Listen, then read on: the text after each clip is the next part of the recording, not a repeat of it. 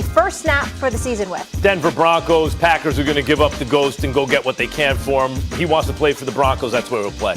Bucs wide receiver Mike Evans said he's been adamant that their talents are the best in the league. Stephen A., do you agree with Evans that the Bucs are the most talented team in the league? Yes, I do. They're the reigning Super Bowl champions. They've got a 7-time Super Bowl champion as their quarterback. They've retained all 22 starters. I think that qualifies as them being the best. Never say never. Cardinals quarterback Kyler Murray leaves the door open for pro baseball. Reminder that Murray was drafted in the first round of the MLB. Max, can a quarterback do NFL and MLB? No, it's hard enough for a cornerback to do it with Deion. The problem is you play to win championships. If he's playing in the postseason in baseball, how's he preparing for Sunday? You're playing every day. You're playing baseball and you're preparing somehow to quarterback a team on Sunday? I don't think if he does it, it'd be cool as hell. I'd love it. I just don't see how it works. Not enough hours in the day. Russell Wilson speaking for the first time since his rough offseason with the Seahawks. He wasn't happy with the hits he was taking and wanted to say personnel decisions. His agent said he didn't want to trade, but they did have 4 teams he'd consider if that was the route Seattle wanted to take. Wilson addressed his interesting offseason Thursday. In terms of the trade talks, I think anytime you play professional sports, there's always a possibility of something happen, right? And I think that's just the reality. I think that there's a lot of teams out there that people were saying that I was going to or would go to. I requested a trade. I did not request a trade. I've always wanted to play here, and the reality is, I think calls were getting thrown around and this and that, and I think that's just a reality. But I think at the end of the day, the real reality is that I'm here, and I'm here to win. And I'm here to win it all. It wasn't me. Russell Wilson channeling some real Shaggy energy there, denying that he asked for a trade. Stephen A., are you buying what Wilson said here? Hell no. Listen, I say this with all due respect because I love me some Russell Wilson. He's made marvelous decisions. I'd like to add that. But I will say this. It's full of it. You tell your agent that there's 4 teams. What are we supposed to deduce from that? Now, things might be better now because he talked to Coach Carroll.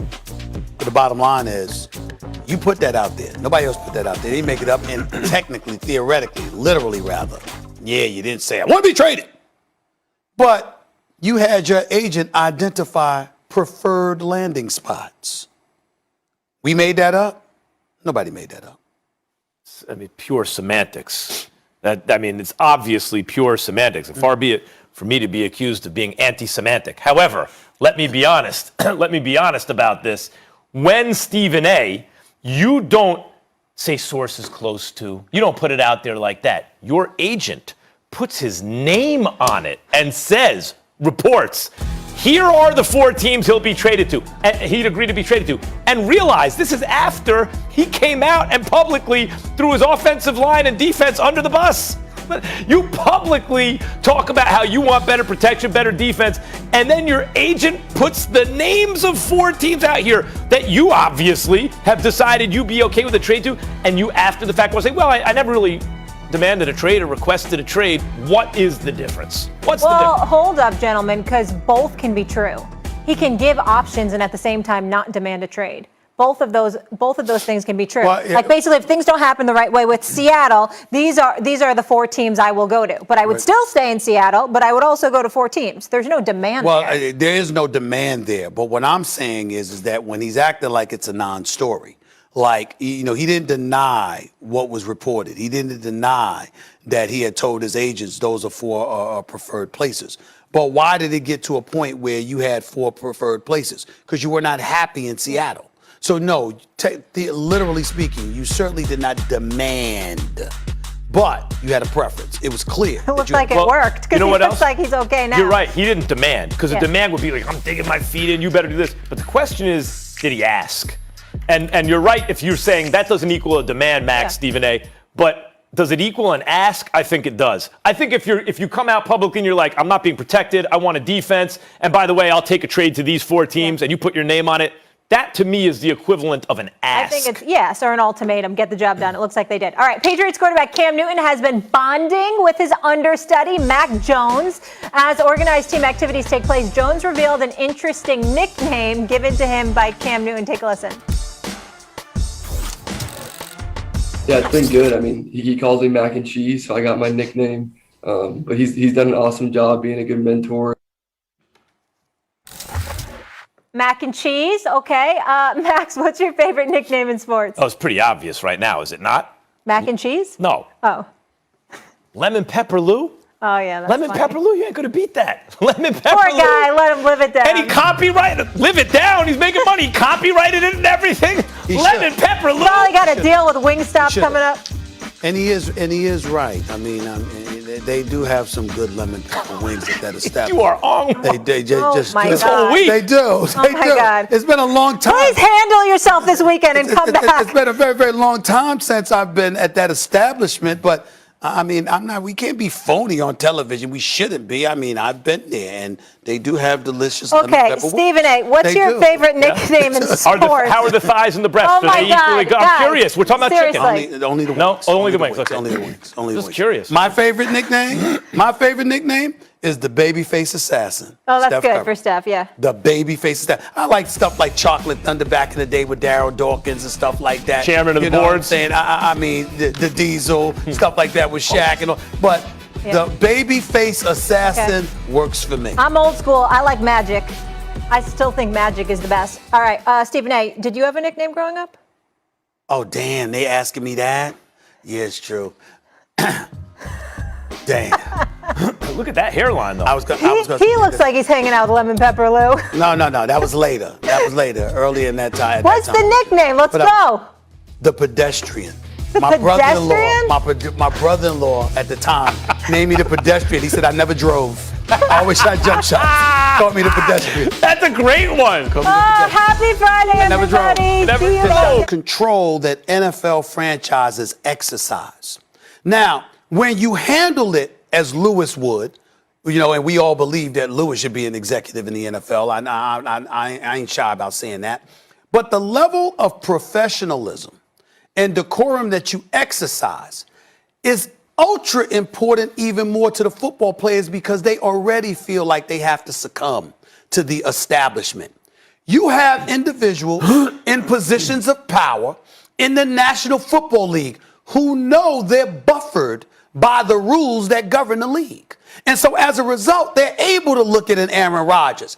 And instead of listening to him and saying, hey, man, we get where you're coming from. This is what we're thinking about doing. Here's why, we want to hear what you have to say, but this is what we're thinking. They're the type of people that have said to him, you go play football. We handle this. You stay in your place. That's how he's been treated. It's not just about other players. That's how they've treated him.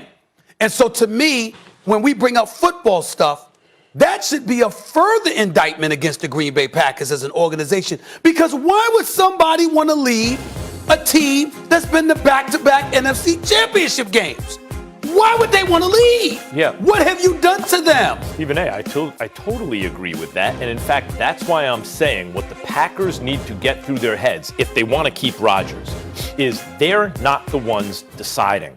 Rodgers is the one deciding. If he stays, it's because they have changed his mind. That's why I'm saying here, if they decide Jordan Love ain't it, then they need to trade Jordan Love. They need to come hat in hand publicly to Aaron Rodgers, humble themselves, and appeal to his sensibilities. Hey, we were wrong. You were right. We would like you to stay, hoping they can change his mind. But they won't be able to force him to do anything. They know they won't be able to force him to do anything. I hear you, and I agree. And Lewis, I believe that Rodgers here will be the deciding one. The NFL has changed the rules around the quarterback and the offense to the point where if you are super great, if you're a great quarterback, you are now like an NBA star in terms of the power you wield. Tom Brady, Aaron Rodgers, Patrick Mahomes. We'll see if the Packers know it or not. It's possible they might not know that. that. They may not know it, and then they're behind the times. You could go, but it's possible they might not know that because they might treat him like they treat typical players. Oh, they'll come back for the money. He ain't sitting out the season. They might have that. But you brought it up. He could go host Jeopardy. Yes, he could. They're going to pass on three first-round picks and more stuff. That was their best ratings. Yeah, I'll say this. Let me speak to it from Green Bay side and then circle back to something you said, Max, about who's going to actually decide this thing. Look, Green Bay, if I'm looking at it from their side, all right, let me just put myself in their shoes from a management perspective. And what would I do if I were them at this point? If I had already pushed it to this point anyway, I wouldn't do anything. Okay, I think I would have already made my best pitch in order to try and quote-unquote change his mind. Right now, all of my energy would be focused on what we have there, and that's Jordan Love, and trying to figure out, was he worth trading up for in the draft? Is he someone who will try and get some answers here through the rest of the summer and through training camp, preseason, and the regular season? But we're not going to have all the answers. This is what we've got to ride with. Okay, we already know where Aaron stands with this. And then let me get back to this point here about Aaron Rodgers. They're not going to change his mind. Aaron will play in Green Bay if he wants to. If he doesn't, then he may just be forced to retire. Because I don't think Green Bay's not going to acquiesce to him. I don't think, and at least not before the regular season starts. They're going to sit and wait. They're going to play this high-stakes game of chicken with him and see if he's willing to let fines accrue through training camp. See if the regular season starts. Are you willing to forego salary? Are you willing to have fines accrue then? Are you really willing to take this to a Carson Palmer level? If I'm Green Bay, that's what I'm waiting to see. Lewis. And if I'm Aaron Rodgers, if I've already taken it this far, I have to be willing to go as far as it needs to go in order to get out of there. Louis Riddick, I think you could tell by the jacket here. I mean, I can go a little Hollywood and stuff like that. And so, as a result of that, Louis, I mean, just so you know, Molly, I got a few connections, and I got on a little authority that Aaron Rodgers could host Jeopardy and make a minimum of $10 million per. Damn. Per.